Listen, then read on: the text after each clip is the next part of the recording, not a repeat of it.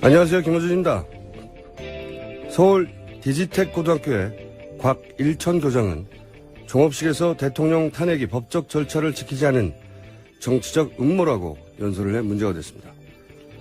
보수 진영은 그동안 전교조에 대해 학생들을 정치적으로 교화한다며 공격해왔습니다.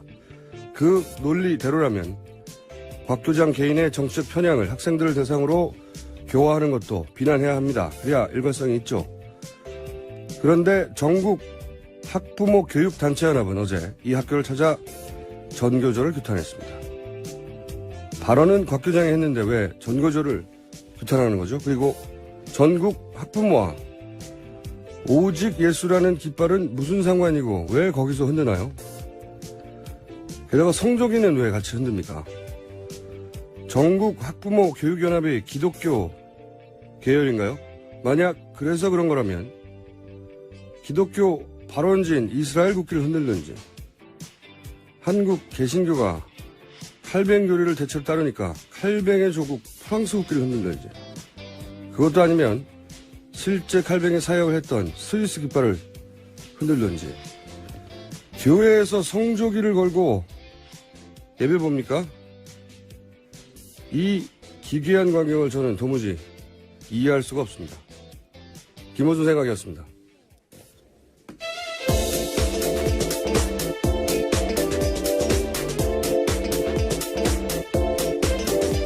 시사인의 김지입니다. 네, 어젯밤에 갑자기 새로운 전혀 기대치 않았던 큰 뉴스가 나왔죠. 큰 뉴스가 나왔습니다. 그것부터 일단 전해주세요. 네, TV조선 어제 보도인데요. 김정일의 장남인 김정남이요, 말레이시아에서 피살됐다라는 보도를 했습니다. 단독 보도입니다. 이게 독살 당했고 여성 2명에 의해서 택시를 타고 도망갔다, 이런 단독 보도였죠. 특종.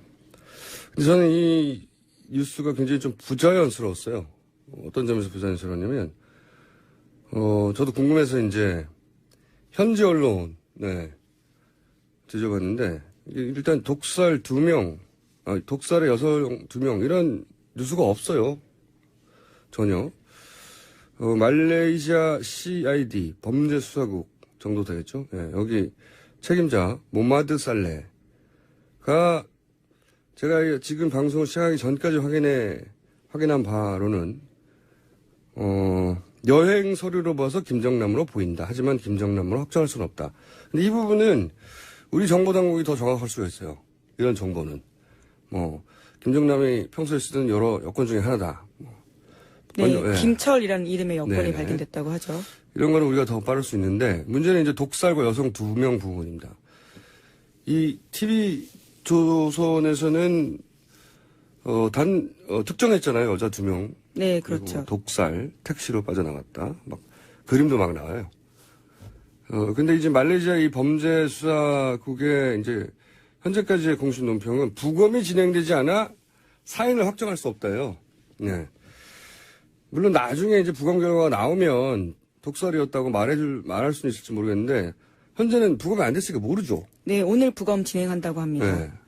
모르는 게 맞고, 그리고 이제 그 과정은 이제 공항 의무실로 찾아왔는데 얼굴을 감싸고 어지럽다고 했고, 네.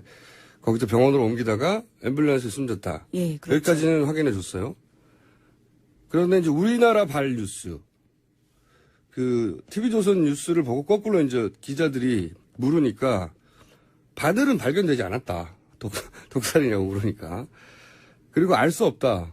사망 원인을. 부검해야 한다. 그래서 오늘 스프레이설까지 기사가 나왔습니다. 그러니까 이게 현지 경찰 책임자고 CCTV도 이 사람들이 가장 먼저 보는 거란 말이죠. 여성 2명에 대한 정보도 전혀 없어요. 현지 경찰도 모르는 걸 TV조선은 어떻게 하는지. 저는 그게 뉴스입니다. 저한테는. 좀 더 두고 봐야 할 뉴스다. 한 가지 분명한 건 이제 우리나라 정치 상황상 특정 정치 세력에는 매우 적절할 때 상황해준 뉴스이기도 하죠. 예. 자, 이 뉴스 여기까지 하고요. 다음은요? 네, 최경희 전 이화여대 총장이 오늘 새벽 구속됐습니다. 서울중앙지법 성창호 영장전담 부장판사가 새벽 2시 20분쯤 결정한 사항인데요. 추가로 수집된 증거자료 등을 종합할 때 범죄 사실이 소명되고 구속의 사유와 필요성이 인정된다. 이렇게 밝혔습니다. 네. 삼성 이재용 부회장 영장 심사에 대한 부담감의 결과라고 봅니다, 이건. 특검이 잘해서가 아니고요. 아니, 물론 뭐, 네네. 보강도 됐겠지만, 예. 네. 진짜 메인 디시는 이제, 어제 청구된 결과가, 금요일 날 새벽에 나오겠죠. 네. 네. 이재용 부회장에 대해서 특검이 어제 구속영장 재청구했습니다. 네. 혐의도 기존의 뇌물공여, 횡령, 위증에다가요. 두 가지를 더해서 새롭게 추가된 재산 국외 도피, 범죄 수익 은닉 이런 것도 있거든요. 네. 결과가 아니라요. 영장 실질이 내일 오전 10시 반에 열리고요. 아마 결과는 금요일 새벽 혹은 그렇죠. 아침 정도에 나올 것으로 보입니다. 지난번 기준으로 보자면 뭐 새벽 4시 막. 예, 금요일 5시, 날, 4-5시 정도. 예. 저희가 금요일 날 방송하는 즈음에나 결과를 알고, 제가 이제 750원 걸었는데, 예, 기각될 거라고. 80% 이상의 확률로. 100%라고 하지 않은 이유는, 특검이 여기 올인했어요. 그러니까, 윤석열 검사 포함 20명의 특검 검사하고 수사팀들이 나머지 재벌 수사를 포기했습니다. 시간이 너무 없으니까. 포기하고, 삼성 그 영장 재청구에 올인했거든요. 특검이 지금까지 보여준 수사력이 대단하잖아요. 근데 한 사안에 올인했다. 그러니까 굉장히 많이 보강됐을 거라고 보거든요. 너무 많이 보강돼서 이래도 기각할래 하고 이렇게 집어넣은 거란 말이죠. 그래서 저는 20% 정도 상승했지만 워낙 부담이 큰 거라 이걸 기각한다면 이제 다른 건 없죠. 기각해야 해서 하는 거라고 저는 생각이 드는데 80% 확률로 기각 될 거라고 저는 생각합니다만은 20% 남은 20%는 너무나 봉황이 자료가 많이 돼서 네. 만약에 발부가 된다면 저는 이 영장 실질 심사하는 부장판사가 앞으로 남은 판사 경력직을 걸고 하는 거라고 봅니다. 인생의 갈림길에 네, 한정석 영장 전담 판사입니다. 네, 인생의 갈림길에 선 거라고 봅니다. 저는 그분이. 자, 법조 인생의 갈림길에 쓴 거죠. 어느 쪽 길로 갈지는 모르겠어요. 그러면서 보강한 것 중에 일부 내용이 보도가 된 것도 있죠.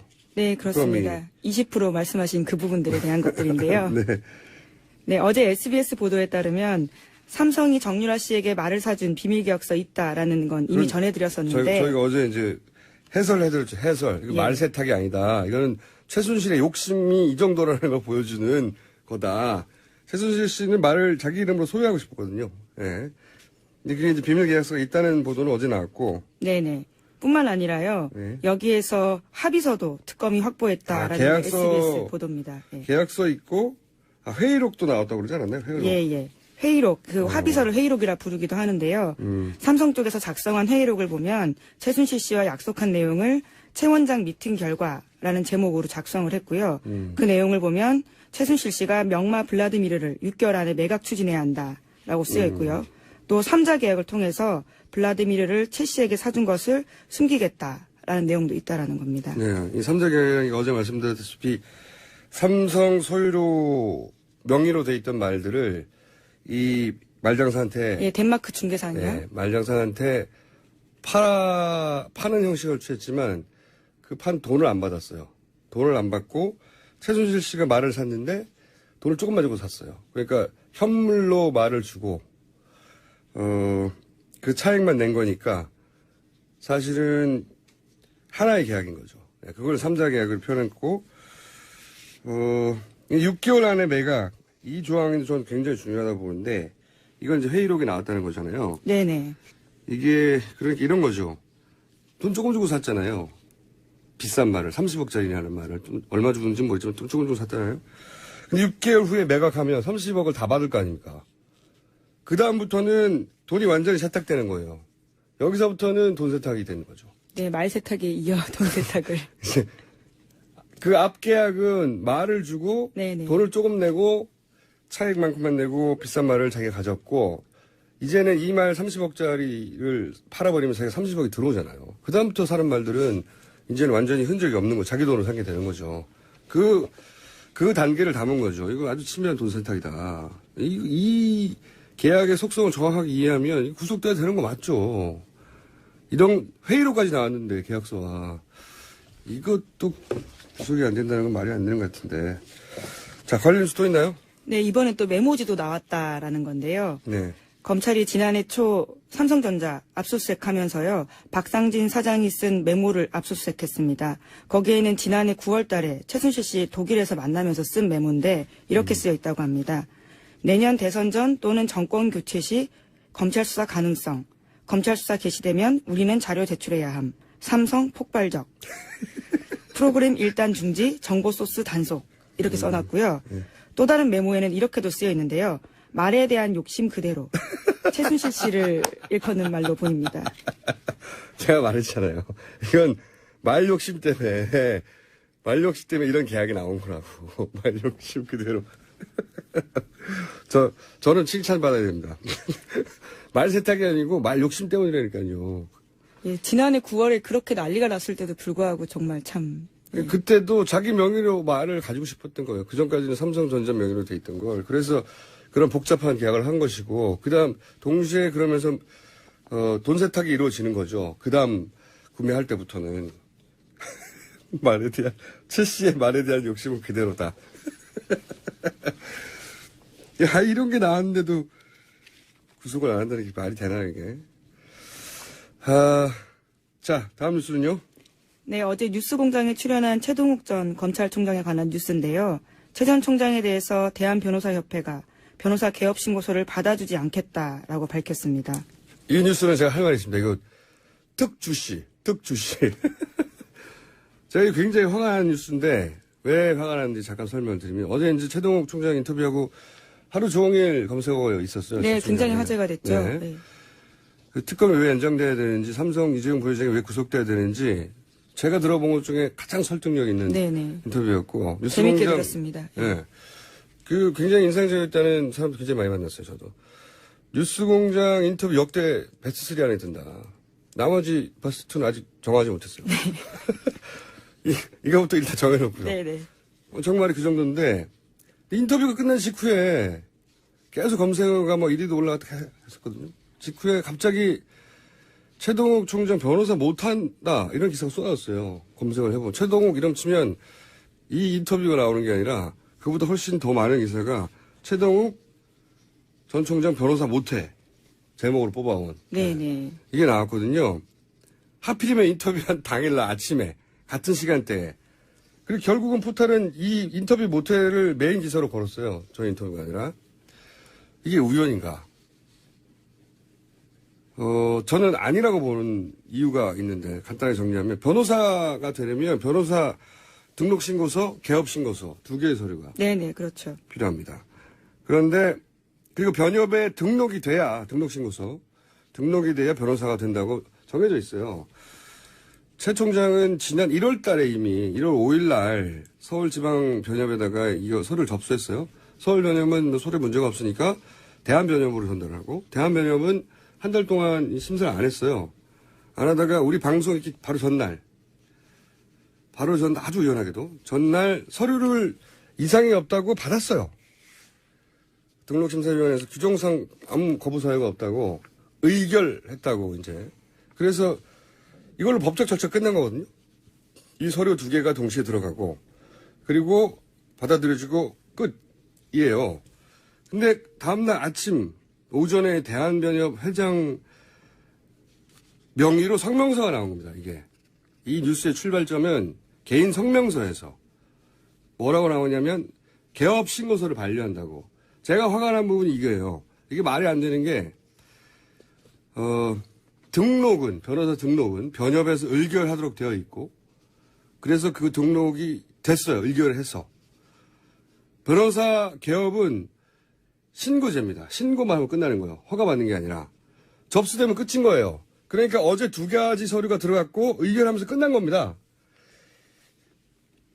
반려라는 절차 자체가 없는 거예요. 신고제도이기 때문에. 이게 허가가 아니에요. 허가. 서류가 미비하네요. 어쩌고저쩌고 요건이 안 됩니다. 서류를 다시 보내서 반려 절차가 없어요. 신고하면 끝이니까. 다 끝난 거거든요. 그런데 이 성명은 그러니까 하등의 법적 구속력이 없는 겁니다. 이 성명을 낸다고 해서 변호사를 못하는 게 아니에요. 법적 절차는 끝난 거예요. 그냥 회장 개인이 자신의 페이스북에 나는 반대 쓰는 거하고 똑같은 겁니다. 법적 구속력이 없는, 완전히. 그런데 이걸 굳이 내요. 마치 변호사를 못할 결격 사유를 변협이 공식적으로 인정한 것처럼 그렇게 느껴지잖아요, 이게.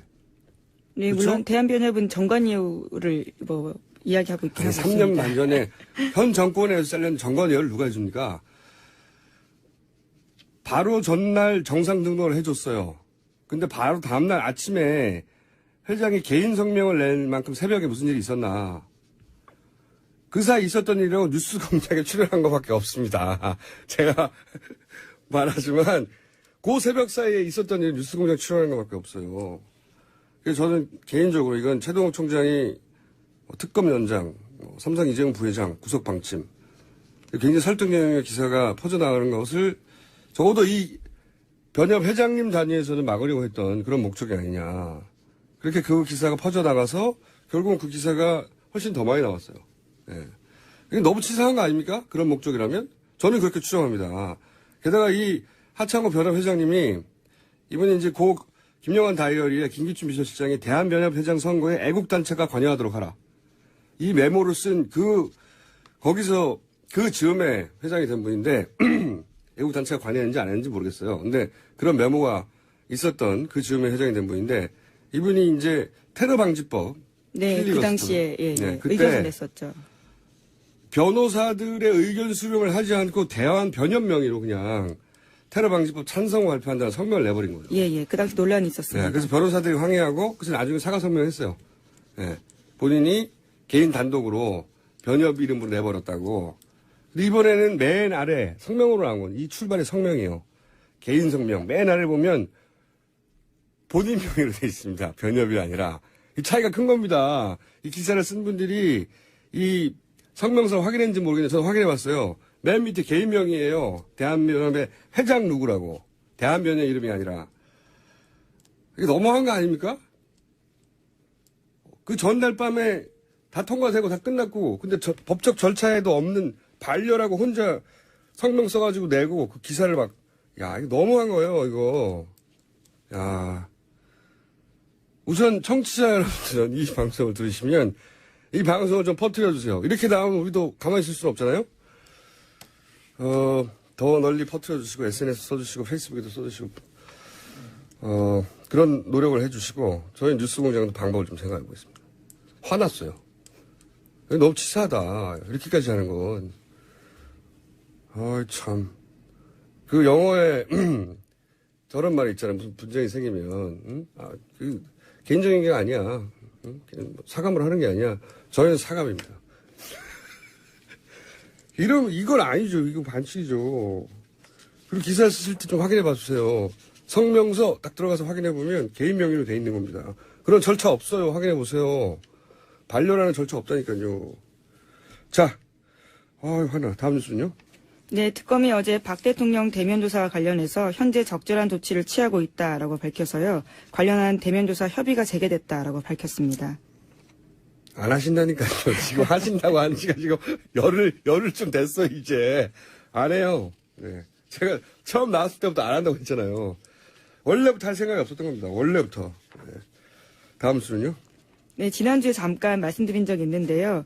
개성공단을 미얀마로 떠넘기려고 하는 정황이 보이는 안종범 전 수석에 대한 수첩에 대한 시사인 보도가 어제 온라인에 나왔습니다. 제가 말했잖아요. 이거. 예. 미얀마하고 이거 대체공단, 개성공단 이게 뭔가 흔적 있을 거라고 찾아보라고. 이게 네, 찾았습니다. 찾았어요. 예. 잘했어요. 이게 그냥 됐을 리가 없어요. 최순실 이꼬르 돈 이렇게 생각하고 제가 지난번에 방심했다고 그랬잖아요. 말장수가 대통령 만난 거 그냥 인사하러 온 거라고 방심해서 착각했다고 반성했지 않습니까?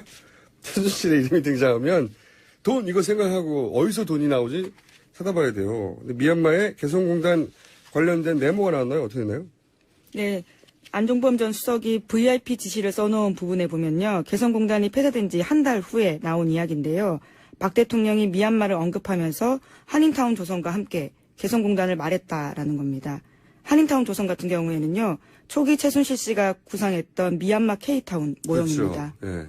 K타운 모형인데 K타운하고 개성공단하고 무슨 상관이 있다고 개성공단을 옆에서 써놨대요. 예, 이렇게 줄로 이어놓기까지 했습니다. 이렇게. 이게 아마 지난번에 계속 말씀드렸지만 이제 그 토지 사용권에 주목해야 된다고 제가 말씀드렸잖아요. 땅을 이런 식으로 대규모로 싼 값에 혹은 무료로 장기 불화받으면 그 정부로부터 그 땅만 가지고도 그 위에 공장을 짓게 하면 그다음부터는 사실 그야말로 땅 짓고 헤엄치기 몇십 년간 왜 그랬잖아요. 최순실도 미얀마 이거 우리 자손 대대로 먹고 살 사업이라고. 네네. 장시호 씨한테 그렇게 네, 이야기했다는 거죠. 그게 이거예요.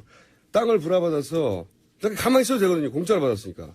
거기 뭘 짓기만 하면 그냥 돈이 나오는 거예요. 근데 이제 그 부지가 크면 공장 같은 게 들어오면 이제 대박이 나는 거죠. 최순실 씨 입장에서는. 예, 실제로 지난해 10월 달에 보니까요. 코트라 본사에서 LH와 코트라 주체로 미얀마 진출 권한은 설명에도 있었습니다. 이게 정말 저한테 놀라네요. 저는. 이런 거 뭐 나올 거라고 했잖아요. 사실 더 나올 거예요. 37번, 아니 39권짜리 종범실록이 뭔가 나올 거라고 봅니다. 저는 뭔가. 저는 오늘 어제 최동욱 관련 뉴스를 보고 정말 화가 났어요. 이렇게까지 하나. 새벽 사이에 무슨 일이 있었겠어요. 새벽 사이에 무슨 일 없었어요. 뉴스 공장에 아침 일찍 나온 것밖에는. 참네. 자, 청취자 여러분들도 이렇게 나온다면 널리 퍼뜨려 주시고 저희도 이제 방법을 찾아서 널리 퍼뜨리도록 하겠습니다. 거꾸로 더 많이. 실제로 정말 정관 몸값이라고 하는 게 1, 2년 정도거든요. 그런데 최 총장 같은 경우에는 물러난 지가 꽤 됐습니다. 그런데 3년 명목이 6개월이고요. 네. 정관예우라고 하는 게 전관예우를 예를 들었는데 전관을 줄 사람한테 물어봐야죠. 현 정권에서 그렇게 처참하게 잘린 사람한테 전관을 누가 줍니까? 말도 안 붙일 이유가 없으니까요. 전관예우를 우려해가지고 변호사를 하지 말라는 개인 의견이에요. 개인 의견. 반려라는 절차가 없어요. 그걸 무슨 공식적인 것처럼. 자, 흥분했어요 제가. 시사인의 예, 김은지였습니다. 감사합니다.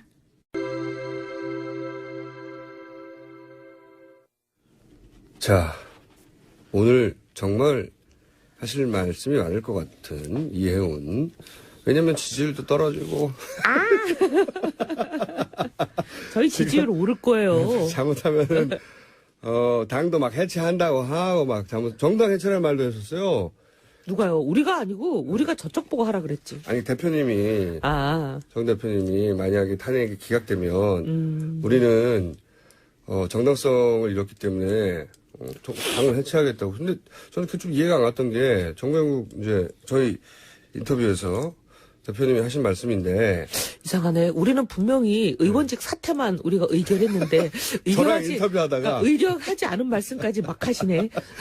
저랑 인터뷰하다가, 네. 제가 막 이것저것 따지니까, 우리 진심을 알아달라면서, 그런 말씀 하셨어요. 낚였구나.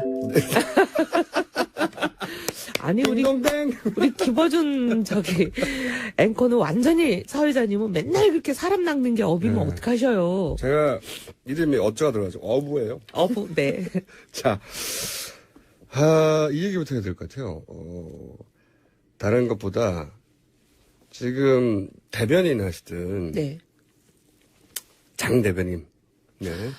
장 대변인이 사실은 막 피치를 올리면서 계속 잘 나갔죠. 그리고 특검 연장해야 되겠다고. 아니, 그리고 뭐 청문회에서도 상당히 압박했죠. 그래서 많은 중요한 진술도, 의미 있는 진술도 얻어내고. 뭐라고까지 했냐면, 특검 연장, 만약에 황교안 대행이 안 해주면, 본인이 바른정당 전원에 서명을 받아서 특검 연장 본인이 반드시 관철시키겠다고 굉장히 공개적으로 강력하게 얘기했거든요.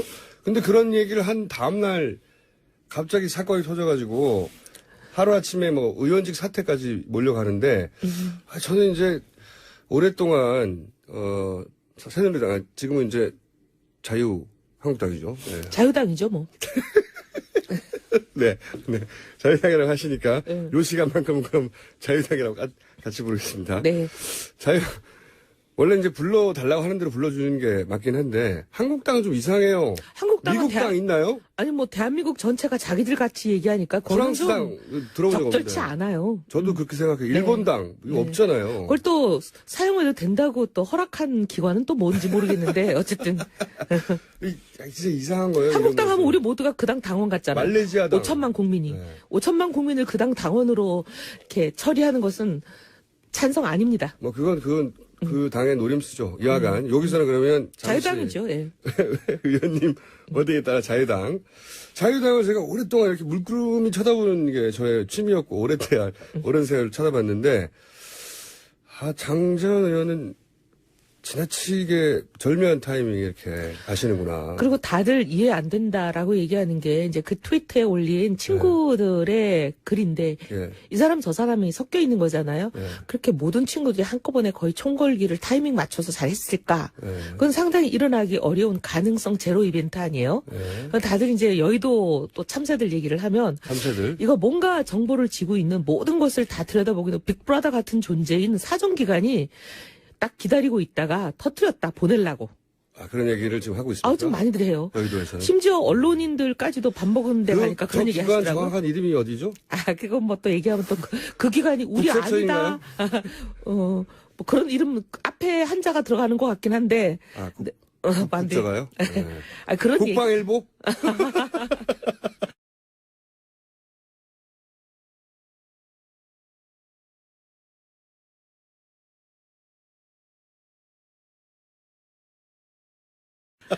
이제 제가 하는 얘기가 아니고 예. 여의도에서 심지어 언론인들도 그런 얘기를 하고 있어요. 어제 식사 자리에 갔더니 언론인들 한 5-6명이 그런 얘기도 하더라고요. 그래서 제가 사람 마음이라는 거는 다 비슷하구나. 뭔가 이상하다. 그러니까 장재현 의원이 국방일보에 의해서 네, 하여튼 국자 들어가는 기관에 의해서 설이 있죠. 예. 네, 그런 설들이 파다하다. 지금 파다해요. 아니 그리고 장재현 의원의 경우는 보면 아이를 기르는 부모 입장에서 보면 부모도 놀래가지고 지금 멘붕인데 이제 거기다가 대고 사퇴하라 이런 얘기까지 본인이 이미 먼저 그 얘기가 터지자마자 네. 온갖 직함에서 이제 내려왔잖아요. 네. 대변인도 내려놓고 부산 시당위원장도 내려놓고 이제 그리고 본인은 이제 아이를 먼저 정상화시키는 게 우선이다. 이래가지고 이제 아이와 시간을 보내면서 아이가 잘못된 길에서 돌아오도록. 부모 입장에서는 그런데 이제 이게 굉장히 지나치게 절묘한 타이밍인 거죠. 절묘한 타이밍이죠. 그러면서 바른정당이 가장 활발하게 입장을 표명하고 이제 막 들라 그러는데 또 누가 날개를 꺾었어요. 공세적으로 이제 그 자유당을 압박하던 그런 입을 잃어버렸어요. 그러니까 더더욱 언론 노출이 바른정당이 줄어드는 효과를 안 그랬으면 장재현 의원 오늘도 아마 인터뷰 저희가 했을 텐데 저희가 인터뷰 요청해도 이제 당분간은 못 나온다고 거죠. 스스로는. 예. 근데 어쨌든 어떤 기관이라고요? 이 모든 정보를 들여다보는 기관이 아니냐. 그런 정보기관의 작업의 결과가 아니냐 하는 의구심들을 여의도에서는 가지고 있다. 다들. 네. 이 사람 저 사람이 그냥 입모아서 얘기하더라고요. 그래요. 맞아요. 오랫동안 들여다본 사람들은 그런 의구심을 가진 수밖에 없죠. 너무 지나치게 절묘한 타이밍이고. 그리고 그건 굉장히 이제 사적인 정보인데 한 사람이 한 것도 아니고 좀 이상하잖아요. 그런 점이 있습니다. 분명히. 그런 의구심을 가질 만하고. 두 번째로 제가 같이 오늘 꼭 얘기해 보고 싶은 게 뭐냐면 이거예요. 저는 이제 지난 월요일부터 계속해서 최근에 자유한국당, 자유당의 그 행보가 좀 이상하다. 어떤 의미에서 이상하냐면 갑자기 야당에서 요구했었어야 하는 헌재 판결을 무조건 결과에 상관없이 승복한다는 요구, 그걸 서약서로 쓰라고 무려. 이거는 예전에는 바른정당이 새누리당한테 요구했던 거예요. 요구하고 계속 얘기해도 들은 척도 안 하셨어요. 네, 그때는 계속 바른정당이 새누리당에다가 승복해라. 그러니까 이제 선언하자. 예. 그리고 합의하자. 예. 선언을 국민 앞에 발표하자. 우리 합의해서. 그렇게 얘기해도 꼼짝도 안 하더니. 그렇죠. 지난달까지만 해도 바른정당이 새누리당에 요구했던 건데, 왜냐면 이제 인용될 거라고 다들, 이 정도인데 어떻게 인용이 안 될 수 있겠냐고 생각했었고, 저희는 사실 뭐 인용이 되든 기각이 되든 그건 헌재가 판단할 몫이지만 어떤 방향으로 결론이 나도 둘 다 승복하자였거든요. 그건 이제 표면적인 명분이고, 실제는 인용될 거라는 생각에. 거의 미륵간신법으로 보고 계시네요. 근데 그렇게 강력하게 요구에다가, 새누리당이 갑자기 지난주부터 역전돼가지고 새누리당이 요구하기 시작했어요. 아니, 자유한국당이죠, 이제. 자유당이죠. 자유당이 갑자기 뭐 요구하는 걸 말씀하신 대로 넘어서서 문서로 이거를 뭐 서약서를 쓰잖아요. 쓰자. 그다음에 막. 그런 말을, 거기 동의하지 않는 대선 후보들은 나올 자격도 없다는 막 엄청나게 공격적으로. 아니, 대선 후보들, 우리 바른당이 제일 먼저 유승민 후보가 얘기했잖아요. 대선 후보들 모두 모여서 이거 승복한다는 선언하자 했을 때는 그쪽에 9명인가 10명인가 지지율 거의 0%에 가까운 사실상 0%의 9명인가 10명인가 뭐 대권 주자가 계신다는데 그분들 한마디도 답이 없었어요. 그때는요. 네. 그때는. 아니, 불과 얼마 전까지 답이 근데 없더니 이게 갑자기 확 바뀌었단 돌변했어요. 말이죠. 그렇죠, 저는. 그래서 이것도 이제 여의도에서 말이 많아요. 잠깐만요. 왜 그럴 거냐. 그렇죠. 저도 그래서 이틀 연속으로 무슨 얘기를 했냐면, 우리는 모르는, 그들만 아는 정보가 있는 거 아니냐, 이거. 그거에 근거하여 뭔가 자신을 얻은 거 아니냐. 이게 제 이제 추정이었어요. 왜냐면, 그러지 않으면, 그렇게 전제하지 않으면 이해할 수 없는 행보 아니냐, 이게. 왜 이렇게까지 자신있게 나오는 거냐. 생각해 보시면요. 그 서약서를 이제 보십시오.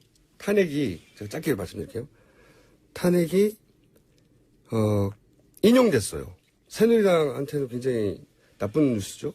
그러면 대선 후보들도 다 서약하라고 그러잖아요. 그럼 자기들이 그 걱정이 돼서 서약을 하라고 그랬다면, 새누리당의 대선 후보들이 길거리로 나갈까봐 그게 걱정이 돼가지고 다른 당 후보들도 사인하라고 하는 거예요. 다른 당 후보는 안 나가거든요, 그때? 그러니까 이 경우를 상정하는 건 아닌 거예요. 탄핵이 그런데 기각이 됐어. 그럼 다른 당 후보들이 막 쏟아져 나올 거 아닙니까? 새누리당한테는 좋지만.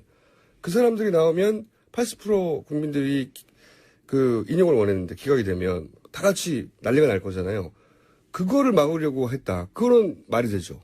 아니, 그럴 가능성밖에 없는 거죠. 그 그렇죠. 반대의 가능성은. 말이 안 되는 거죠. 예. 근데 새누리당이 뭘 믿고 그러냐는 거죠. 제가 여기까지고. 그 다음에 무슨 이야기가 도느냐? 좀 자세히 얘기해 주세요. 최근에 지난주 말쯤부터 소위 공중파라고 불리는 우리 방송들 있잖아요. 네. 근데 저희가 출연을 하러 가면 막 국장님들, 본부장님들 이렇게 굉장히 고위직들이 나와가지고 뭐라 그러냐면 탄핵이 통과가 안 된대요. 무산이 된대요. 막 이런 정보를 얘기를 해요. 기각된대요. 네. 네. 그래서 저희가 너무 놀래가지고 아니 어디서 그런 거 정보를 얻으셨어요? 라고 물어보면 이제 뭐 어디서 들었다 이렇게 아니, 좀 얘기하고. 주세요. 어디서요? 근데 그건 그다음에 얘기를 그분들이 입으로 어디서 들었다는 얘기는 안 하는데 네. 그분들 얘기는 7명의 헌재 재판관 지금 사실 8명인데 이분들은 3월 13일을 넘긴다는 걸 거의 확실시하면서 얘기를 해요.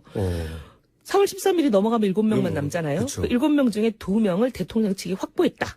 확보했다! 심지어 이름까지 얘기해요. 누구누구 K모 A모 그렇게 얘기를 하시면서 잠깐만요. K모? A모 L모요? A모. 그렇게 이제 두 사람을 확보를 확실히 했다. 대통령 측이 그렇게 청와대가 얘기하더라. 이런 얘기를 막 해요. 그래서 아니 왜 청와대가 이런 얘기를 방송사 간부들한테 하고 다니지? 했는데 여의도 돌아오니까 무슨 얘기냐면 청와대 행정관들이 각계각층에 퍼져서 방송국에도 찾아가고 심지어 우리 당에도 오고 정치인들도 만나고 국회도 얘기를 하면서 그 똑같은 얘기를 하고 다닌다는 이게 거예요. 청와대 말입니까? 청와대 말이죠. 청와대 행정관들이라고 하니까. 현직 행정관. 그 들은 사람들이 하는 말은 나는 청와대 행정관 누구에게 들었다면 이제 얘기를 하는 거죠. 그렇게 얘기를 한대요. 그러면서 그 두 사람 이름까지 얘기를 하면서 두 사람을 확실히 확보했다. 그런 얘기들을 한다는 이게 그러니까 거예요. 저작거리에서 들었다거나 뭐 찌다시발 뉴스가 아니라 나는 청와대 행정관 모모에게 이야기를 들었다. 뭐라고 들었냐면 두 사람의 이름과 함께 확보했다고. 예, 그런 얘기가 돌아다닌대요. 그러면서 언론들도 그런 얘기를 하고 심지어 의원들도 그런 얘기를 해요. 그러면서 그 얘기를 또 믿는 사람도 있고 갸우뚱하는 사람도 있고 이게 설왕설래 시끄러워요. 그것도 카더라 아니냐며. 예.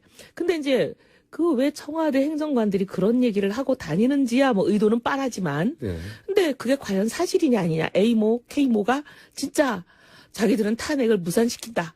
반대 입장을 낸다 탄핵에. 이런 것을 과연 얘기했을 리가 있냐. 둘 중에 하나죠. 그런 말을 한 적이 없는데 이런 뉴스를 퍼뜨려서 본인들에게 유리하게 정보를 끌고 가려는 의도가 있거나 그렇죠? 근데 이제 헌재 재판관들은 고도로 훈련된 분들이에요. 네. 갑자기 헌재 재판관이 된 무슨 병아리 초년생들이 아니잖아요. 네. 자기 평생의 이 커리어를 재판에만 어떻게 보면은 재판에서만 싸우신 분들이라 네네. 절대 재판을 어떻게 할 거다 하는 결과 얘기를 자기 가족한테도 안 하는 걸로 알려져 있는 분들인데 누군가한테 확실하게 얘기하기 근데 어렵죠. 그런 분들이 당연히. 뭐 청와대에 얘기했을까 이해가 안 되는 부분이죠. 그렇죠. 그게 첫 번째 의구심이고 합리적인 의구심 맞고요. 그러니까 청와대 행정관 몇 사람이 그런 뉴스를 언론과 여의도에 의도적으로 퍼뜨려서 본인들이 원하는 방향으로 정보를 끌고 가려는 그런 제스처다. 라는 설이 굉장히 다수설이에요. 다수설이고 저는 그 다수설도 일리 있다고 생각하고요. 일단 청와대 행정관의 존재는 확인된 거잖아요. 왜냐하면 사람들의 입을 통해서 나는 그 사람한테 들었어라니까. 그럼 그런 행위는 있는 건데 그러면 이런 설도 가능해요. 실제 어떤 경로로 확인했는지 모르겠는데 제가 계속 공부했던 건 그거예요.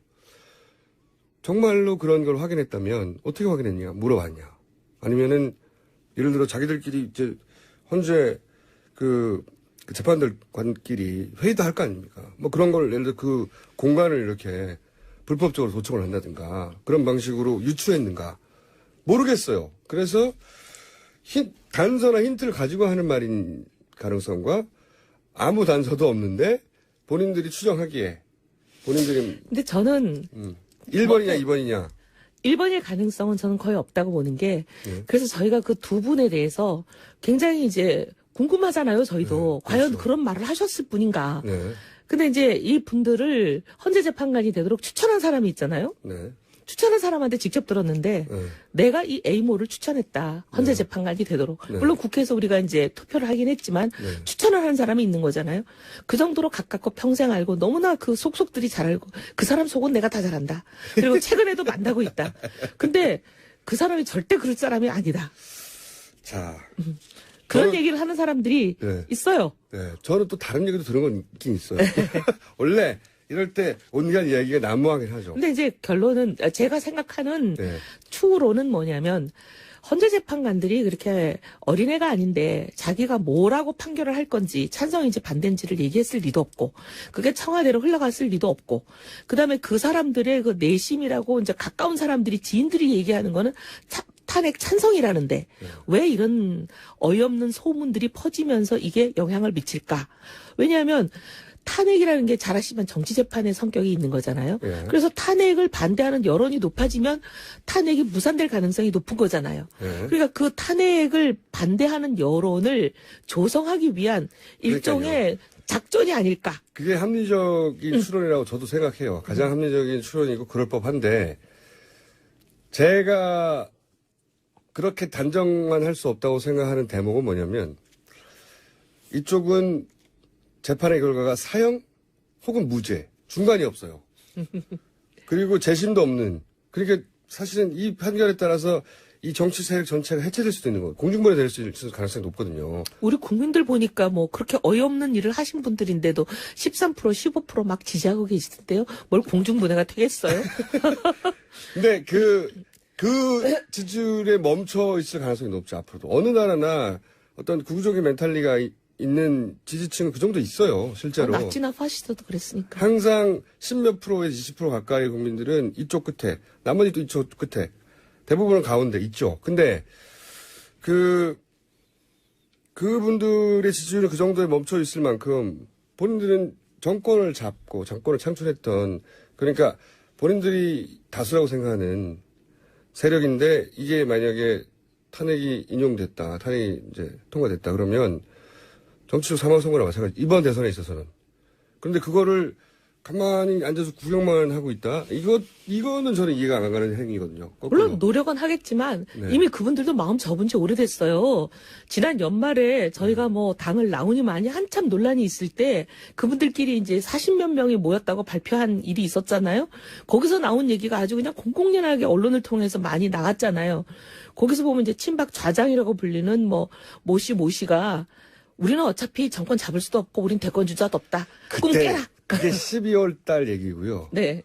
지금 마음이 2월, 바뀌었어요? 마음이 바뀐 행보가 뭔가 있어요. 태극기가 좀 나오고 그때는 5% 4%밖에 안 된다는 대통령 지지율밖에는 몰랐는데 이제는 탄핵을 반대하는 사람이 13% 15%다. 막 태극기가 몰려 나온다. 하니까 이제 이분들이 마음이 슬슬 동하기 시작했다는 건가요? 탄핵 반대 지지율은 그때는 지금이랑 똑같아요. 여론조사에 똑같죠. 보면 13에서 15 사이에서 변한 적이 없고요. 탄핵을 해야 된다는 지지율도 변한 적이 없죠. 79, 80에서 변한 적이 없어요. 그냥 이 지지율은 변한 적이 없는데 환경은 변한 적이 없는데 민심은 오로지 이 새누리당의 태도로 바뀌었다는 거예요. 마음을 비웠다가 가만 생각하니까 이게 아닌 게 비요? 아니, 자신감을 얻을 단서를 얻은 게 아닌가. 그걸 잘 모르겠어요, 제가. 모르겠는데 많은 국민들 밤에 잠이 안 오시겠어요, 이 방송 들으면. 그건 정말 80%의 국민들에게는 엄청난 스트레스가 되는 뉴스라 그걸 믿고 싶지 않죠. 하지만 보고 싶지 않은 일도 세상에 원하는 대로 안 돌아가잖아요. 보고 싶지 않은 것도 봐야 된다고 생각하는데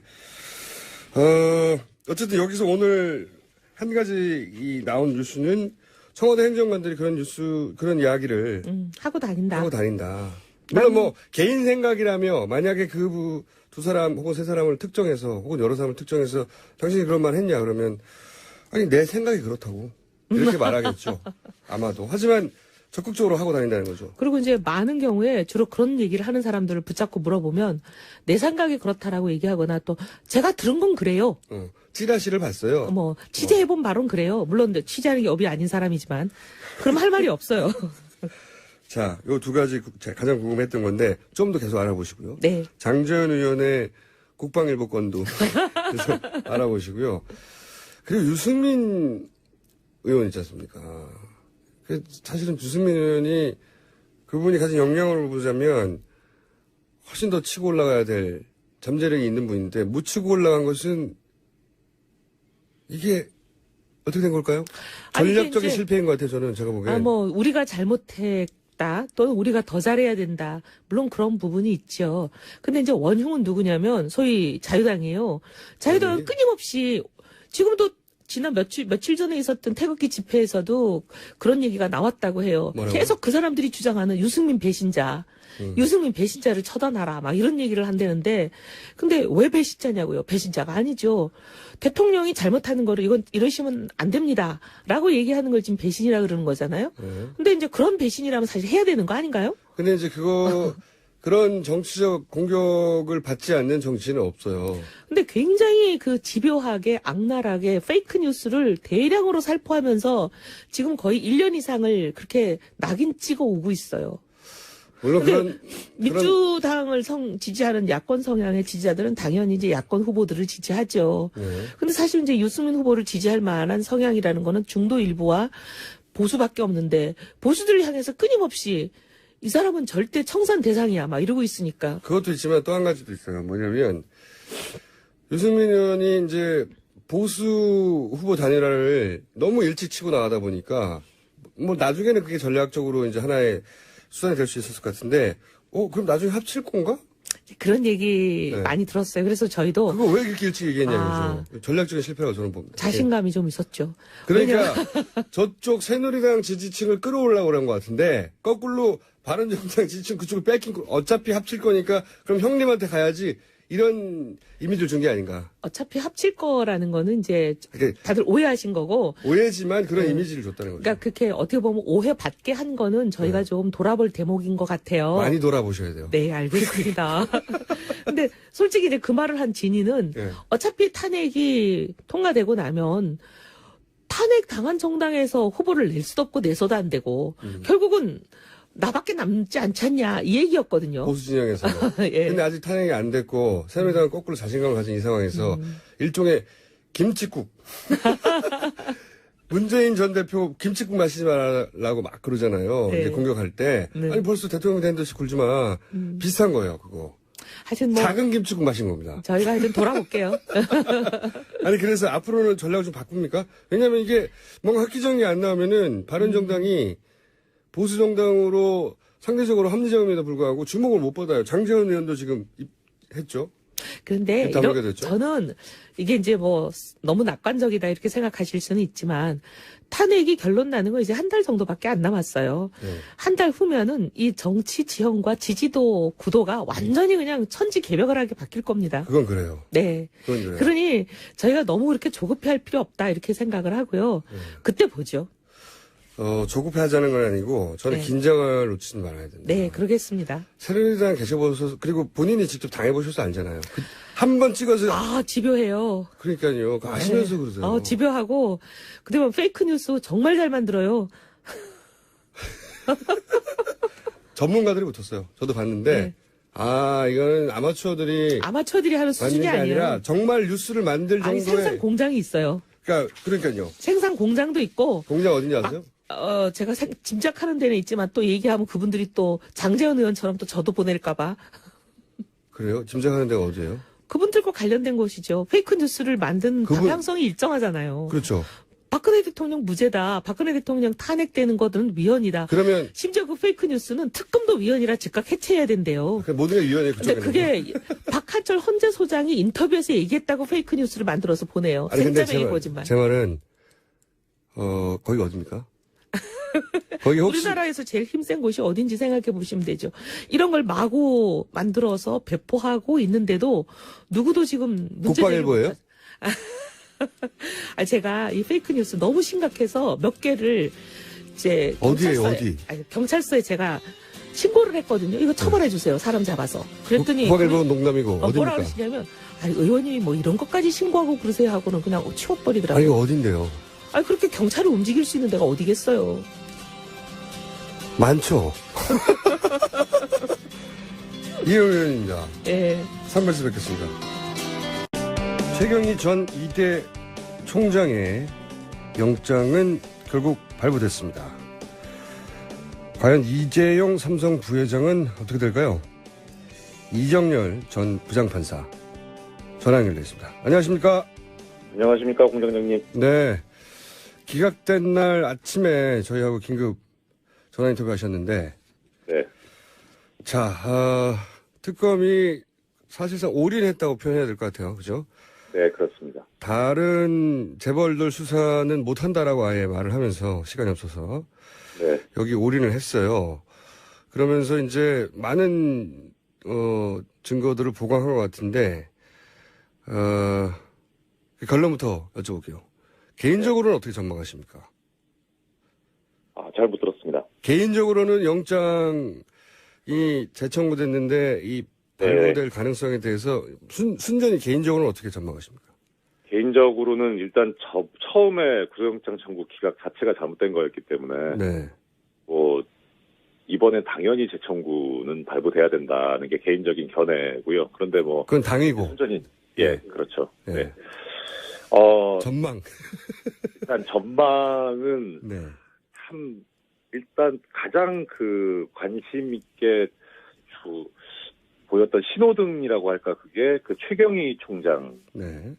영장 발부된 것이 좀 일종의 하나의 신호로 볼 수 있지 않을까 싶은 생각이 들긴 이게 이제 합니다. 긍정적인 신호를 읽으십니까? 아니면 부정적인 신호를 읽으십니까? 긍정적인 신호로 보고 있습니다. 그래요? 그 이유를 좀 부장판사를 해보신 분으로 설명해 주십시오.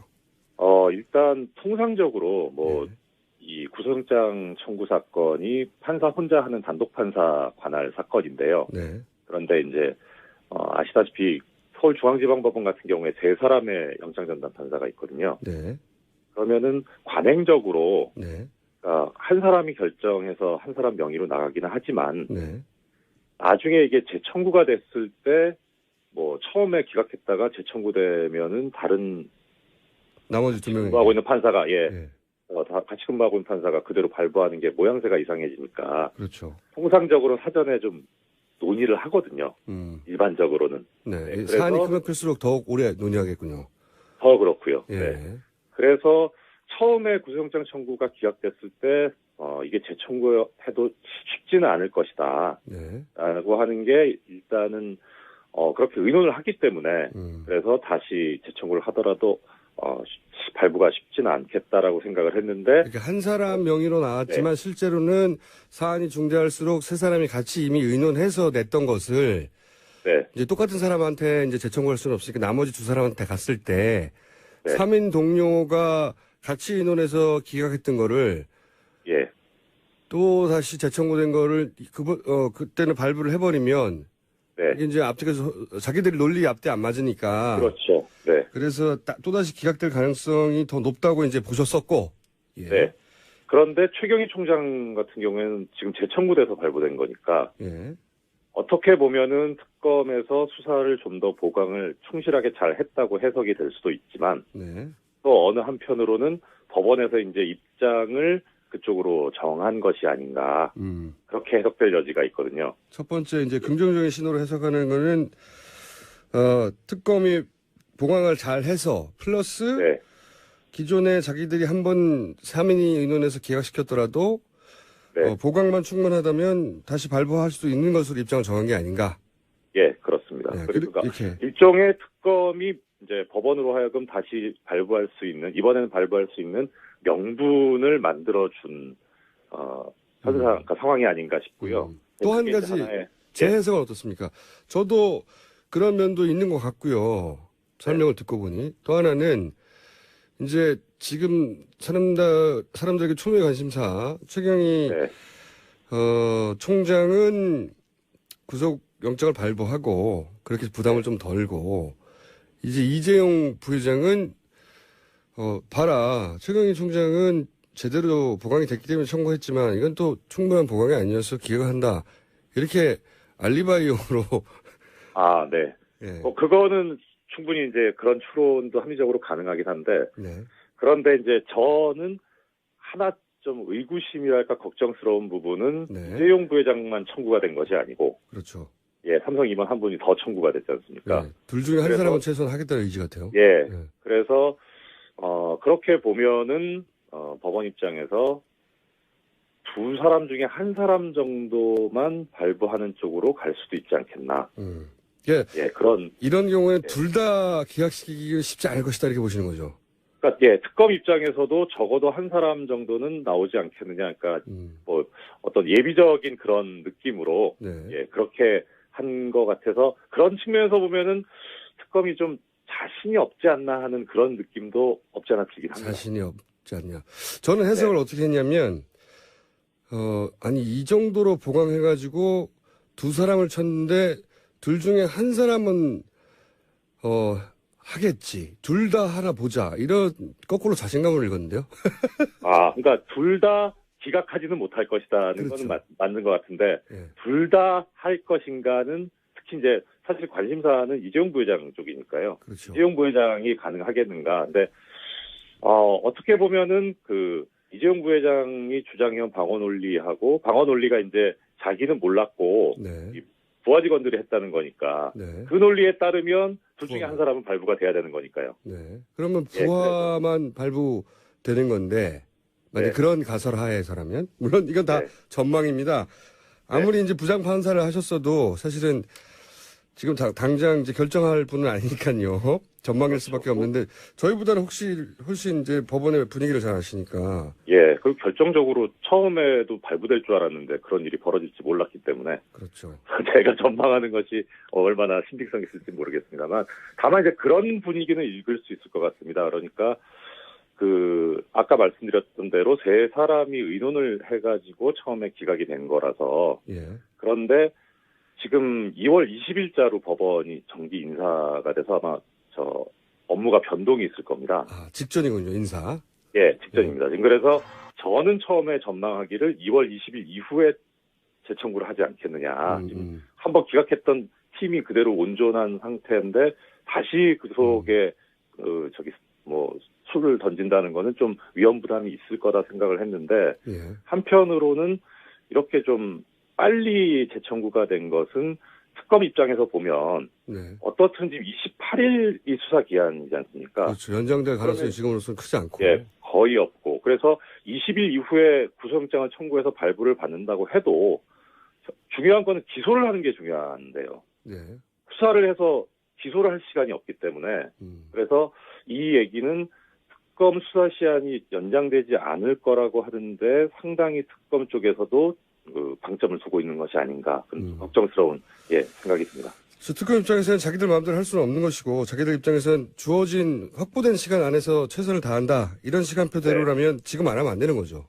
그렇죠. 예. 네. 그래서 오히려 구속영장 발부 기각 여기에 그 어떤 위험성이라든가 가능성보다는 기소를 하는데 조금 더 시간을 확보하자는 그런 의도가 아닌가 싶거든요. 자, 제가 한 가지 여쭤보고 싶은 건 이런 겁니다. 저희는 이제 판사가 돼본 적이 없으니까 이렇게 영장 발부하는 분들이 3인 체제로 이제 의논을 한다고 하셨는데 한번 기각한 거를 이번에는 그 모든 언론의 주목을 받으며 국민들의 주목을 받으며 다시 재청구가 됐어요. 게다가 재청구 사안들에 대해서 이렇게 저렇게 보강됐다. 자세한 내용은 나오지 않았지만 여러 가지 이제 국민들이 정보를 가지고 있는 상황에서 이 판사는 어떤 정도의 심리적 압박을 느낍니까? 보통은 큰 압박을 느끼지는 않아요. 그래요? 왜냐하면 그러니까 어차피 기록을 보고 판단을 하고 기록과 신문 결과를 가지고 판단을 하기 때문에 네. 가장 그 사건에 근접해 있는 사람이라고 보는 게 맞기는 맞습니다. 그래서 일단은 뭐 외부에서 어떤 얘기가 들어오더라도 나는 내가 본 기록과 피의자 신문 결과를 가지고 거기에 맞게 결정을 판단을 했다라고 하기 때문에 압박을 안 받는데 이번 사안은 좀 다른 게 아시다시피 그 법원 앞에서 뭐 많은 법학 교수님들하고 변호사님들이 법률가들이 농성도 했었고요. 노숙 농성도 하고 뭐 거의 모든 언론에서 그러니까 일부 뭐 저기 경제지 빼놓고는 다 이 영장 기각이 잘못된 거다. 지금 그리고 그 영장 심사하는 분의 성함이 판사 성함이 사람들이 얼마나 관심이 많은지 계속 검색어에 올라와 있어요. 그렇죠. 이런 경우는 없었거든요, 과거에. 그러니까 말입니다. 그래서 하나 뭐 참고로 말씀드리자면 그 최경희 총장 처음에 구속영장 기각됐던 그 기각했던 판사입니다. 이거 재청구 사건 이재용 부회장 재청구 사건을 맡고 있는 사람이요. 하여튼 그래서 그런 그 초유의 그 항의 사태가 벌어졌기 때문에 그 부분에 관해서 전혀 신경을 안 쓰지는 않을 거고요. 그게 어떤 그 결과라고 해나 그런 것으로 나타난 것이 제가 보기에는 김기춘 전 비서실장과 조윤선 장관 이 두 사람 다 구속영장 발부됐던 게 법원에서도 어느 정도 이 지금 영향을 받았다. 상황의 중대함을 느끼고 있지 않느냐 그렇게 생각이 되고 있습니다. 이 영장 발부는 사실 그 자체로는 대통령 뇌물죄를 확정하는 것은 물론 법적으로는 아니지만 그런데 이제 그렇지만 그것이 뇌물죄로 연결되고 태안핵 심판에도 심리적인 영향을 주고 그것이 결국 나중에 어쩌면은 우리나라 역사 자체의 갈림길에 쓰는 판결로 기록될 수도 있지 않습니까? 나중에. 그렇습니다. 그래서 그 처음에 이재용 부회장 구속영장 청구 기각이 많은 비난을 받았던 거죠. 지금 역사적인 순간인데 어떻게 이렇게 뭐 주거라든가 뭐 주거 환경이라든가 이런 그 통상적으로 했던 그런 사건들처럼 비중을 둬가지고 이렇게 쉽게 결정을 했나라는 그런 비난들이 많았었거든요. 상당히 중요한 결정이죠. 알겠습니다. 오늘은 분위기 파악 정도 해봤고요. 이럴 경우에 판사는 어떤 압박을 느끼는지. 자, 딱 한 가지만 질문 드릴게요. 그래서 기각과 발부의 확률을 각각 개인적으로 전망하면요. 저는 8대2로 기각된다에 750원을 걸었습니다. 저는 6대4로 기각 쪽에 760원. 자, 그러면 금요일 아침에 결과 나오는 대로 첫 인터뷰를 하기로 예약해놓고 알겠습니다. 오늘 여기까지 하겠습니다. 감사합니다. 감사합니다. 지금까지 이정열 전 부장판사였습니다. 악마 사제천왕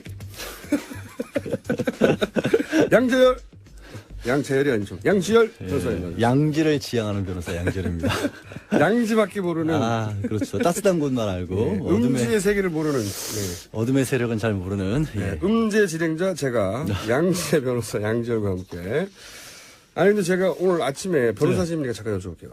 아침에 최동욱 전 총장 인터뷰 나온 직후에 갑자기 변협 회장님이 그 밑에 개인 명의로 성명을 하나 내셨어요. 그래가지고 보니까 자세히 보니까 말이 안 되는 것이 이제 변협에서 변호사 등록을 안 받아줄 수는 있잖아요. 그렇죠. 결격 사유가 원래 이제 있어서. 지방 변호사협회에서 그걸 결정을 하고 최종적으로는 대한변호사협회에서 그걸 등록 신고를 받아줘야 하는데 서울지방변협에서는 통과시켰고 서울지방 변호사협회에서 통과시켰고 대한변호사협회 심사 등록위원회에서도 의결했어요. 수리하기로 의결을 했는데 그런데 갑자기 등록 신고서 의결하고 그럼 자동으로 들어가잖아요. 두 개 다. 원래는 그렇죠. 이게 근데 그 중에 개업 신고서만 왜냐면 앞에 거는 의결했으니까 말이 안 되잖아요. 변호사로서 활동할 수 있다는 자격이 있다라는 거를 심사를 했어요. 한 거고. 예. 근데 그리고 어떻게- 개업 신고서는 신고제이기 때문에 예. 반려란 절차도 없잖아요. 원래는 없어요. 사실은 이게 문제가 뭐냐면 원래는 법적으로 강제력이 없어서 네. 변호사협회에서 계속 요구하는 게 정말 사회적으로 무리를 일으켜서 변호사로서 개업을 하는 게 마땅치 않은 사람이라도 원래는 이거를 법적으로 쫓을 방법이 없거든요, 사실은. 근데 오늘 아침 같은 경우는 왜 최동욱 전 검찰총장 같은 경우는 갑자기 받아놓고 관련했는지. 전날 밤에 등록해주고 다음날 아침에 개업 신고서는 반려한다고. 그러니까요. 이런 경우는 전례가 없어요. 등록을 안 해주면 안 해줬지. 저도 처음 봤어요. 왜 그런지 모르겠어. 왜 그러긴요. 저희 방송에 나간 거를 뉴스로 덮으려고 한 거지. 등록을 안 받아준 경우는 있습니다. 아니, 그러니까 등록 자체는 말씀드렸다시피 심사위원회가 따로 있으니까 그렇죠. 등록심사위원회에서 이 사람이 과연 자격이 있느냐 아니면 변호사로- 징계 사유 같은 것들이 그렇죠. 있느냐. 변호사로 그런 것도 개업할 보는데 자격이 없다고 안 근데 받아준 경우 개업 있다고요. 신고를 안 받아준 건 원래 이건 세무서에서 나는 건데. 게다가 대한변협하고 성명서가 난 게 아니에요. 대한변협 밑에 회장님 명의로 난 거예요. 뉴스는 대한변협 명의로 났는데 개인 명의로 나왔나요? 아니 그게? 그래서 자세히 보시면 원래는 대한변협으로 딱 나와야 되잖아요. 성명이라는 게 대한변. 근데 지난번에 이 변협 회장님이 개인적으로 변협 명의로 그 테러 방지법 때 네. 독단이죠. 이런 경우는 독단으로 테러 방지법을 지지한다고 대한변협이라고 써서 그냥 성명을 냈거든요. 그래서 한번 또 회장님들이 가서 또 항의하고 또 당연하죠. 그래서 사과 성명을 냈죠. 그렇죠. 이번에는 그래서 대한변협이라고 안 하고 대한변협 밑에 회장 누구라고 개인 이름을 적어서 내셨어요. 그러면 더더군다나 그렇다면 본인이 개인 페이스북에 쓴 것과 마찬가지 효력이 불가한 겁니다. 왜냐하면 자기 개인 의견을 성명으로 낸 거예요. 회장 아니, 개인 왜 입장을. 그게 다른 데도 아니고 변호사협회에서 그런 일이 벌어졌는데 참 이상한 일인데 그건 명확하게 말씀드리지만 법적인 효과는 전혀 없는 전혀 없고 일이죠. 둘 다 안 받아주면 모르겠는데 받아줬는데 다음날 하나만 아침에 안 해주면은- 그중에 개업 신고서만 반려. 이건 말이 안 되네. 그럼 뭐 어디서 일만 못하게 하겠다라는 건데 이거는 최동욱 전 총장 입장에서 그냥 있지는 않을 것 같네요. 이게 말이 안 되는 거죠. 더더군다나 그게 하필이면 저희가 인터뷰한 직후에 나오는 무슨 인터뷰를 했길래 이렇게까지. 인터뷰는 훌륭합니다. 자, 네. 화가 나가지고 자세히 물어보면 물어볼수록 공장장 때문에 그런 거예요? 그러면 결국 책임져야겠네. 오늘 뭡니까 아이템이? 오늘 고영태 씨 녹취 파일 가지고 자꾸 말이 녹취 파일. 많아서. 네. 참, 그러고 보니까 고영태 씨 지난주에 제가 분명히 헌재 출석 안 한다 그랬는데 어둠의 정보에서 헌재 출석을 할 것이라고. 아니 예. 전날까지만 해도 한다고. 전날까지만 해도 내기하지 않았나요, 우리? 내기까지는 안 했어요. 내기 안 다행히. 했어요? 네. 아, 다행이네. 큰일 날 뻔했는데. 아, 씨. 한 1,500 걸었어야 되는데. 아. 지금 전날까지만 사실 한다고 그랬어요. 전날. 근데 이제 그 법원 갔다 와서 네. 그쪽에서 받는 공격들이 있었습니까? 그렇죠. 그게 이제 보도되고 나서 가족들이 말렸다고 하더라고요. 마지막에. 그건 뉴스에 나온 얘기인데. 그렇게도 들었죠. 실제로. 뉴스를 보고 하는 게 아니라. 알겠습니다. 아이, 정말. 그때 돈을 안 걸었기 다행이지. 지금 사실은 이제 고영태 녹취 파일이라고 많이 얘기 나오는데 예. 원래 이제 고영태 씨가 녹음을 한 건 아니고 그렇죠. 상대방이 한 거죠. 김수현 씨라는 사람이 예. 블루케이 대표로 있으면서 예. 자동으로 녹음이 되는 어플리케이션을 설치를 해놨던 거기에 보면 거예요. 짜장면 배달하는 것도 있고, 그러니까요. 영어 강의하는 것도 있고, 뭐 대부분 다른 내용이래요. 그러니까 2,250개 가량은 말씀하신 것처럼 완전히 사적인 내용인 거고 예. 검찰이 의미 있다고 본 건 29개 정도거든요. 근데 이게 정말 웃긴 게, 박근혜 대통령 측에서는 그 2,500개를 다 들어보자는 거 아닙니까? 짜장면 얘기도 듣고, 헌재에서 언제 다 들어요? 저는 표현이 참 창조적인 게 공개검증이라는 표현을 쓰셨어요. 아니 법정에서 공의를 그냥 검증을 하면 어차피 헌재의 절차는 인터넷으로 중계가 되고 있고 공개가 되는 거잖아요. 그걸 왜 공개검증이라는 표현까지 써가면서 꼭 다 같이 들어보지 않으면 안 될 것처럼 했는데 거기 얘기한 것처럼 짜장면 뭐 몇 그릇 주세요 이런 걸 왜 듣고 있어야 되는 거예요? 그러니까 우리가? 거기 헌재 재판관하고 방청객하고 언론인들 다 모여가지고 생중계로 짜장면 주세요 이러고 듣고 집에 있어요. 엄마한테 안부 전하는 것도 그렇게 많이 들어있다는데 효자였는지 들었는지 모르겠는데. 영어 강의하는 것도 들었다. 하여튼 근데 이게 그러면 이게 녹취 파일이 얼마나 큰 영향력을 가질 것이냐라고 생각을 해보면 아까 고영태 씨 얘기를 왜 꺼냈냐면 헌재가 증인으로 출석 안 했으니까 증인 채택 철회해버렸습니다. 예. 그 얘기는 고영태 씨 얘기 안 들어봐도 된다는 거예요. 탄핵 심판하는데. 네. 별 의미 없다는 게 이미 헌법재판소에서 입장을 여러 차례 나와버린 바뀌었거든요. 거예요. 예. 그리고 형사재판 나왔던 부분들은 이제 검찰에서 얘기한 거는 그대로 진술로 증거로 못 쓰더라도 형사재판에서 증언한 거 있잖아요. 본인이 지금 나 증언했죠. 네, 그거는 문서송부 촉탁이라는 거 있어서 네. 그때 증언한 거를 기록한 거를 법원에 보내달라고 하면 그걸 그냥 고스란히 쓸 수가 있고 독일한 법적 효과죠. 예. 예. 그거에 대해서는 탄핵심판 대리인단 측에서도 뭐라고 말을 못하는 게 뭐 어차피 변호사들이 그쪽에서 반대신 분도 다 했기 때문에 네. 어차피 내용은 다 나온 거거든요. 네. 녹취 파일이라고 해서 새로운 게 나올 게 일단은 없어요. 첫 번째는. 네. 두 번째는 내용이 이제 언론에 많이 공개가 됐지만 이제 대리인단에서 문제 삼고 있는 게 그거잖아요. 이거 재단을 뻥 터지면 네. 최순실 씨나 아니면 현재 사무총장 날려버리고 그럼 우리가 할 수 있는 거 아니냐? 할 수 있는 거 아니냐 이런 얘기를 했다라는 네. 거예요. 그러면 저는 그 얘기를 듣고 나서 그러면 뻥 터지기 전엔 최순실 거였다는 얘기네. 그 얘기예요. 다 나온 게. 이게 어떻게 더 유리하냐고. 그 얘기예요. 저도 정말 이해가 안 가요. 예. 거기 나오면 다 나오잖아요. 최순실 씨라는 사람이 얼마나 대단한 사람이라는지를 그 사람들끼리 계속 얘기를 하잖아요. 그러니까요. 그 위에 아무도 없어. 예, 뭐. 우리 회장님 아니면 아무것도 못해. 예. 새벽까지 연설문 고쳐가지고 보내줘야 겨우 통과가 되고 대통령은 있어. 회장님 없으면 아무것도 못해. 옷도 못 갈아입어. 예. 이런 얘기까지 나오고 있는데 그걸 다 들어서 어쩌겠다는 건지 잘 시간을 이해가 안 지연하겠다는 가는데. 거죠. 근데 시간을 지연하는 것도 있고요. 실제로 저도 이제 소송을 해보면 정말 암담한 소송이 있거든요. 뭐 하나 이만하는 거 하나도 찾아낼 게 없을 때. 예. 그때 뭐 하나 정말 지푸라기라도 잡으면 꽂혀요, 사람이. 그래서 거기 매달릴 수밖에 없어요. 그러니까 어떻게든 거기서 반전의 기회를 만들고 싶어 하는 것 같은데 별로 안 통할 것 같고. 이게 뻥 터지면 우리가 다 먹을 수 있잖아. 이런 얘기를 농담으로 했던 진담으로 했던 상관없이 아니 거기 실무자들이 위에 있는 사람 날아가면 야 우리가 대장하는 거 아니야? 이런 말 할 수 있어요.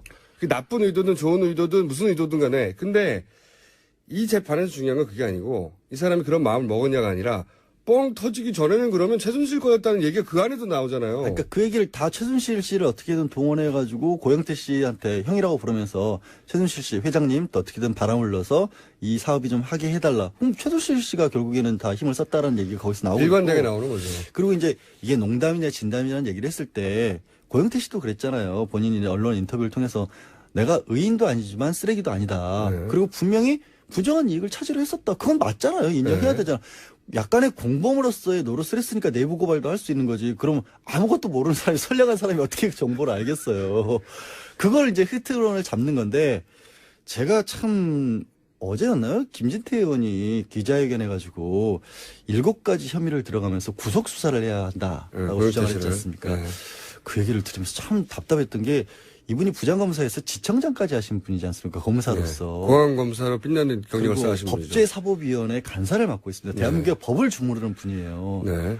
근데 왜 법을 이렇게 왜곡을 시키는지 모르겠다. 정말 답답하다. 그분의 세계는 그분의 눈으로 보면 지금 이 현재 그러니까 소위 맞불 집회. 저는 태극기 집회라고 부르는 자체도 마음에 안 들어요. 반대 집회라고 하죠. 그냥 네. 반대 집회. 반대 집회, 맞불 집회. 이 집회 주요 주장이 이거잖아요.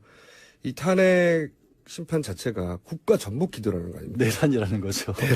내란이고 국가 전복 기도고 이것은 공산화를 위한 거라잖아요. 공명장은 내란 선동을 하고 있고. 그러니까 국민 80%가 지금 공산당이 된 거예요. 다 속았다는 거잖아요. 일부 언론하고 검찰이 짜고. 근데 그 연장선상에 계신 아니, 근데 최전선의 김진태 의원이 있으니까 정치적인 어떤 소신은 좋다 이거예요. 그럴 수 있다. 거기까지 받아들일게요. 근데 왜 법조인으로서는 이건 안 되는 얘기냐면 농담이든 진담이든 이런 얘기를 했다라는 것, 빵 터지면 우리가 차지하자. 이거는 일종의 자기네들끼리 작당했다, 모의했다 이런 거지 그렇죠. 않습니까?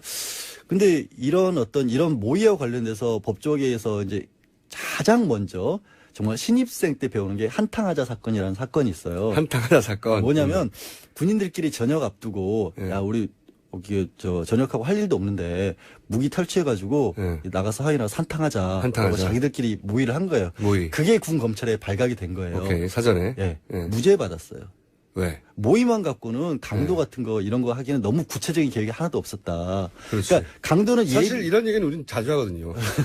저희 제작진하고는 제가 내각을 이미 다 구성했어요. 내각을 예. 내라를 다 쿠데타를 성공을 한 거예요. 그러니까 제가 아니, 너 세상에 어지러면 내가 대통령 할게. 뭐 아. 가지고 싶은 거 뭐야? 방송국 몇 개 나눠줬어, 이미. 어제 술 먹으니까 제가 어제 술 한잔 했거든요, 사실은. 그 맥주집에 있었는데 예. 옆 테이블 아저씨들 심각한 얘기 많이 하시더라고요. 그러니까요. 당신들이 정권을 맡으면 어떻게 하시겠다는 그러니까 그런 수준의 얘기만으로는 예비나 음모도 안 된다는 뭐 드릴까요? 거고. 뭘요? 뭐 저요? 드릴까요? 저 황교익 씨는 뭐 드린다니까 안 한다는 거예요. 그래서 시각청 정도 달라고. 아시겠죠? 아, 그래서 시각청 드렸고, 오. 저희 책임 PD는 SBS 달라고 그래가지고 제가, 야, KBS도 해가지고 두 개 가졌어요. 저는 최근에 일련의 사태를 보니까 문체부가 알짜인 것 같아요. 그런 얘기인 거죠, 이런 그러니까 게. 그 수준이라는 거. 그래서 사기 미수는 절대로 될 수가 없고 또 두 번째로 나왔던 게 이제 공갈도 될 수 있을 것 같다. 네. 그 게이트 폭로할 테니까 5억 원을 달라라 요구를 했다라고 하는데 이거는 최순실 씨가 거의 착각한 걸로 지금 밝혀지고 있죠. 그러니까 이성한 미르재단 이사가 그때 당시 돈이 좀 급해서 그건 고영태 씨 얘기도 아니에요, 고영태 그건. 씨 얘기도 아니고 네. 그래서 5억 원을 그 협박을 한 것도 아니고 땅을 사주던지 빌려달라. 그러면 이걸 담보로 주겠다. 그거를 최순실 씨는 달라 그랬다고 하는데 최순실 씨 얘기를 그대로 옮겨도 땅을 사주든지 5억을 달라 그랬다. 이게 협박이에요? 자기 돈. 이것도 공갈이 안 되는 거고요. 네. 두 번째는 이제 절도가 또 나오죠. 절도. 그때 네. 공무상 비밀 문서들 많이 나왔었는데 고영태 네. 씨가 이걸 문서를 가져가서 밖에 흘린 게 아니냐. 네네. 태블릿하고 연결되는 거죠. 네. 태블릿하고 연결되는 거기도 하고. 근데 문서 같은 경우에는 일반적으로 법적으로 이게 절도죄가 될 수 없다라고 봐요. 문서는. 왜 문서의 중요한 의미는 뭐가 있냐면 그 안에 들어가는 정보가 중요한 거지 문서가 중요한 건 아니잖아요. 종이짝이 중요한 게 아니잖아요. 그렇죠. 그래서 특히 컴퓨터 파일로 저장되어 있는 것을 출력해낸 경우에는 아예 가져갔더라도 컴퓨터 파일 그대로 남아있잖아요. 그렇죠. 최순실 씨 그대로 쓸 수 있잖아요. 가치를 하나도 뺏은 게 없잖아요. 그래서 절도가 아예 안 된다는 게 확립된 판례예요. 정보 유출이라고 볼 수는 있겠지만. 정보 유출이 됐기 때문에 기업의 경우에는 그걸 배임죄로는 처벌을 해요. 하지만 절도는 절대 안 돼요. 종이를 가져갔다고 절도죄는 안 된다. 그러니까 되긴 되는데 네. 종이 훔쳤다고 그러니까 A4지 훔쳐간 거가 되는 거죠. 그렇죠. 네. 그걸로 처벌을 안 한다는 게 확립된 판례. 이거는 90년대에 이미 끝난 얘기예요. 근데 끝난 얘기. 그거를 어떻게 지청장 출신이 이거를 아니, 몰라서 구속수사를- 하는 게 아니죠. 아니 그러니까 그게 저는 싫다라는 거예요. 제가 이렇게 많다는 거를 그런 이미지를 받아라 이렇게 이제 던져주시는 거죠. 그러니까 다른 이미지를 하라고요. 정치적으로 다른 소신발언을 하면 좋은데 법을 왜곡시키지는 말았어요. 본인 전공이 그건데 어떡해요. 본인 전공이 체육이 아니잖아요. 뭘 만들어도 본인 전공에서 만들어야죠.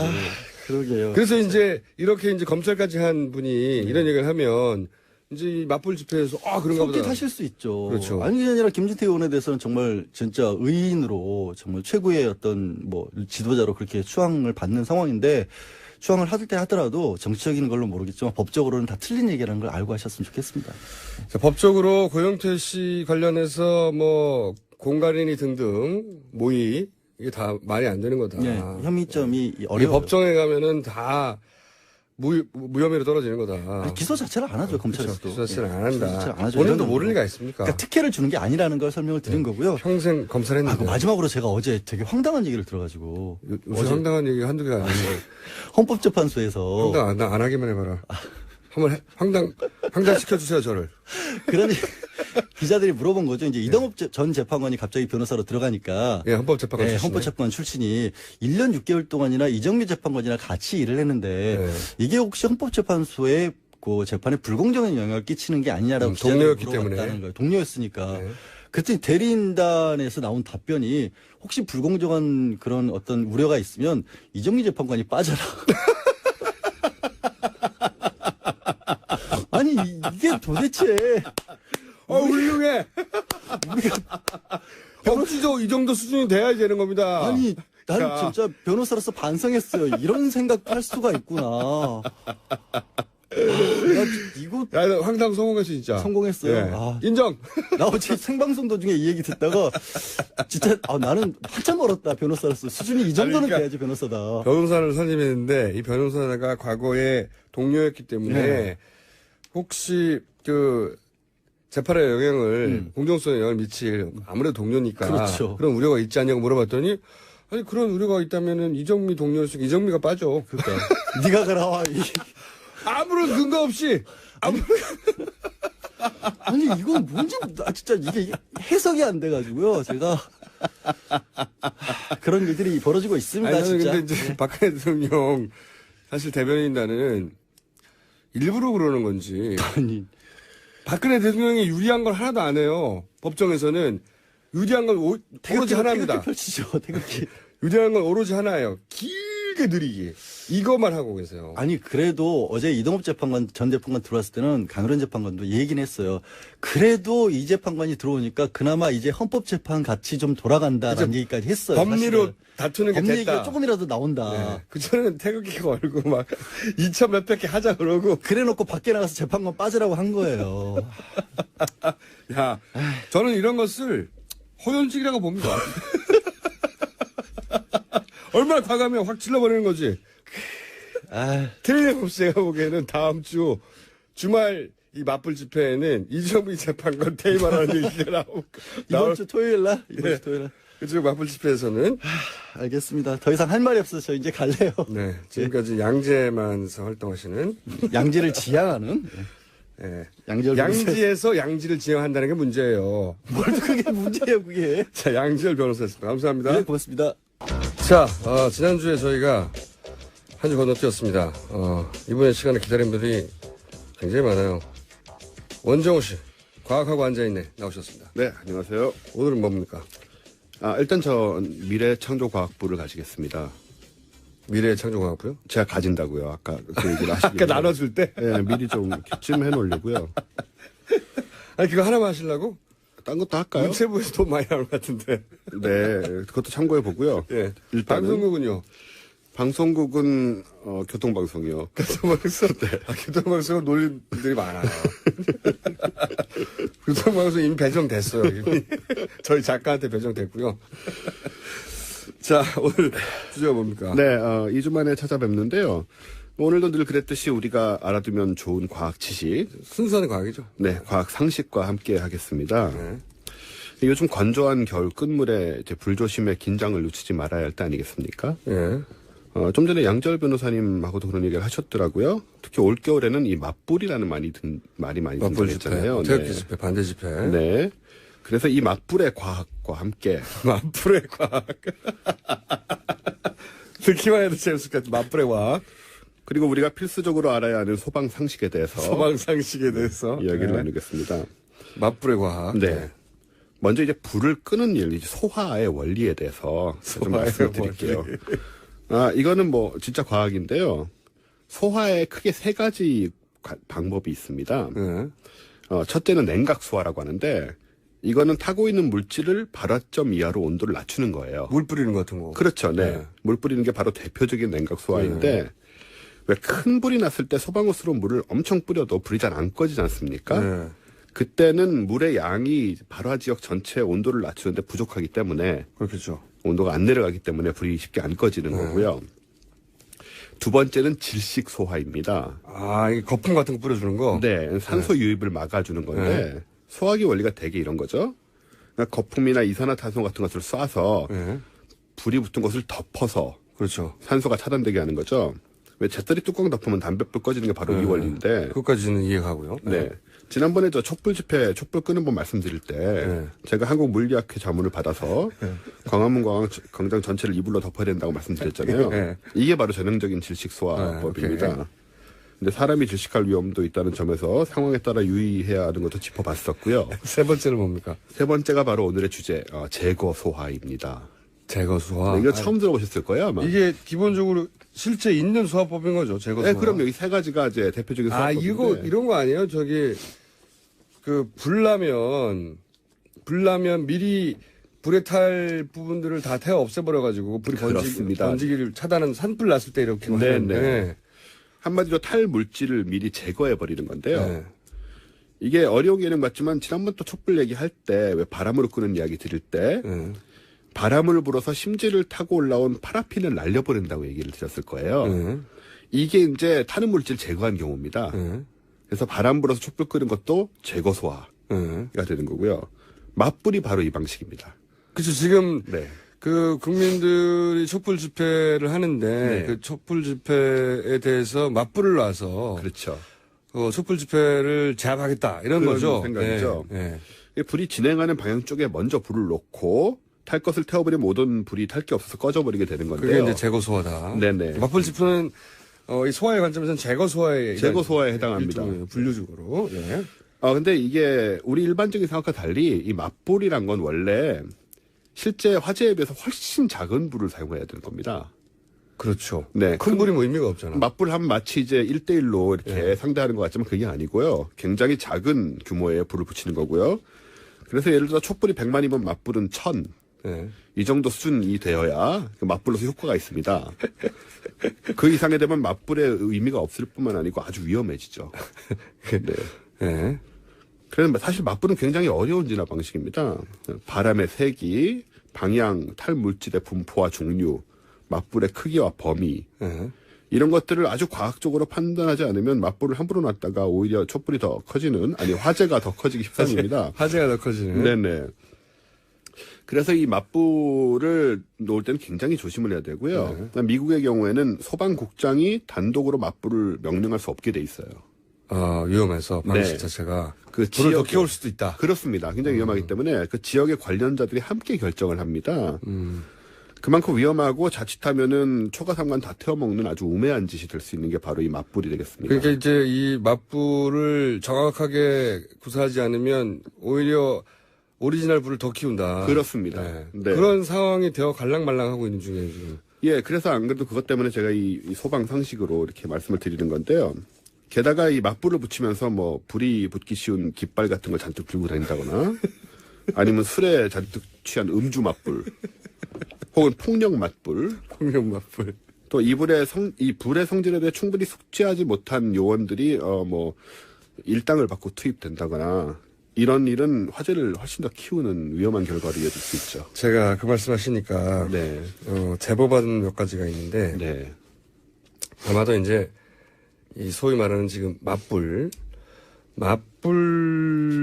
집회에 참석하시는 분인 것으로 추정되는 분. 네. 네. 그 맞불 집회 인근에 있는 가게들 점주로부터 들은 이야기 있어요. 네. 어떤 얘기가 있냐면, 그런 집회가 많이 열리는 지역들이 다 정해져 있잖아요. 네. 그 지역 중에 한 군데에 있는 옷가게 점주가 저한테 제보를 한 내용인데, 한 달 반 전부터, 그러니까 이 맞불 집회 시작된 네네. 시간부터, 이 복장에 일관성이 없는 분들이 가게를 들어온답니다. 어떻게 들어오냐? 분명히 양복을 입었는데, 운동화는 떨어지기 직전에 운동화를. 한 10년쯤 된 것 같은. 네, 그런 운동화를 신고, 양복인데, 머리는 감지 않은 더벅머리. 그래서, 이분을 내가 쫓아내야 되나, 아니냐. 잠시 망설이게 만든 분이 들어와서 네. 쭉 훑어보고 현금으로 뭘 산대요. 현금으로요. 예, 현금으로 예를 들어서 뭐 옷을 사거나 산답니다. 네. 사고 나서 약 3시간 혹은 5시간 후에 그게 다 구겨진 상태로 반납을 하러 반품이라고 합니까? 예.